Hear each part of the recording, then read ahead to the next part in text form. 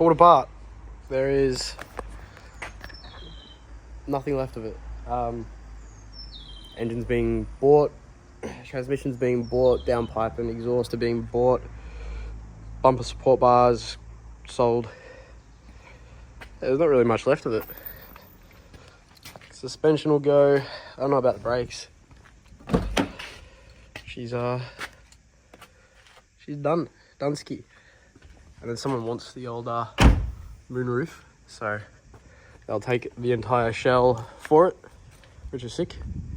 And hopefully I can save some of the parts and put them in a new car, which would be unreal because I currently have no way to get around other than my lovely girlfriend. So I'm continuing just disassembling my Forester so that I can sell off the remaining parts, but I thought I'd share a story that happened to me this week. So for context, for about a month I owned an SG Forester. I bought it for $500. Wasn't great.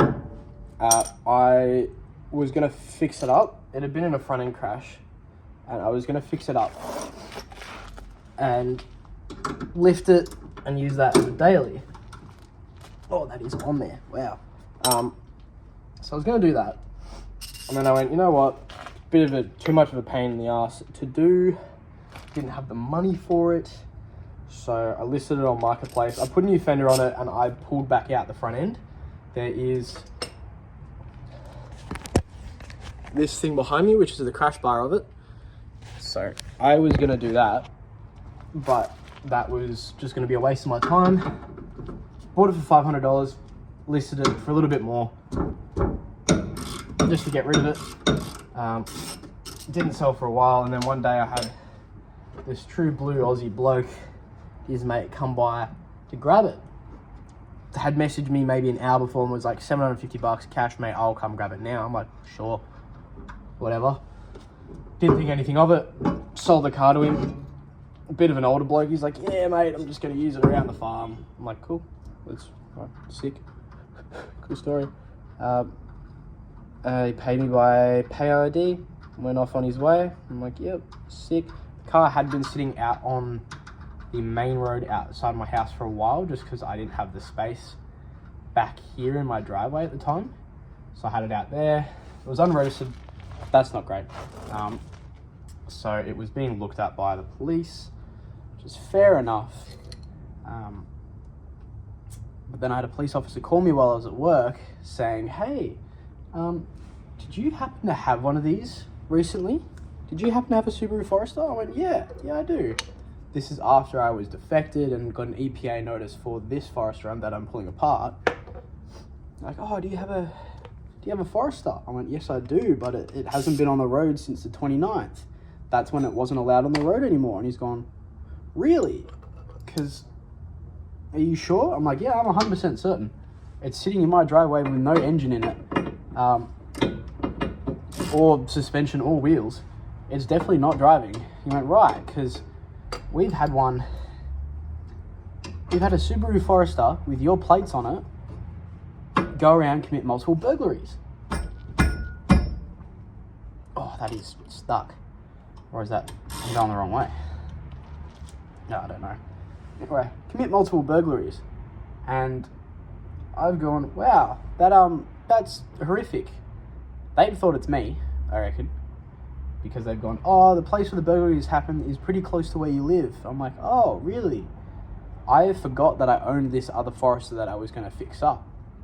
I'm like, right. So they come into my work. They go, cool, here's a little folder. While they're on their way, I'm freaking out going, has my house been broken into? Have my custom plates been stolen? What's going on? They rock up and they show me this folder. They're like, oh, here's this car. I'm like, oh, that one, I sold it off to this dude. He's like, oh. I'm like, here's his name, here's his phone number, here's his address, here's his bank account details. He's gone, right, that should probably sort me out. I'm like, wow, that's didn't expect that one. So I was sitting there going, oh, someone's stolen my plates or copied them and put them on their Forester and committed crimes. Ow. But no, it was one that I sold. So moral of the story, you should probably screen the people you sell cars to, because I definitely don't. And that was, you know, not the best. At the same time, I was trying to get the EPA to drop. I've been served with an EPA notice for this car, and I was trying to convince them that the car is undrivable, because it is. And I was too focused on that to remember I'd even bought another Forester, let alone sold another Forester. So that was really something. Really something. I didn't get a Forester. The Forester I wanted, a couple too many red flags, so I didn't get it. I looked at another 2014 WRX. Same deal. Too many red flags and too much for the money, especially without a roadworthy certificate to actually be able to register it in my name. So I found the car I'm sitting in now at a dealership. Never thought I'd buy something from the 2000s from a dealership, but it's one owner. The original owner bought it from a Lexus dealership, serviced every 10,000 Ks, owned it the entire time. It's done 180,000 Ks in 24 years. It's not bad. It's less kilometers than every other car I've ever had. Registered in my name, roadworthy certificate. It is untouched, other than the things that I've now put in it. You can see a couple little things. They're just little trinkets I put around the car.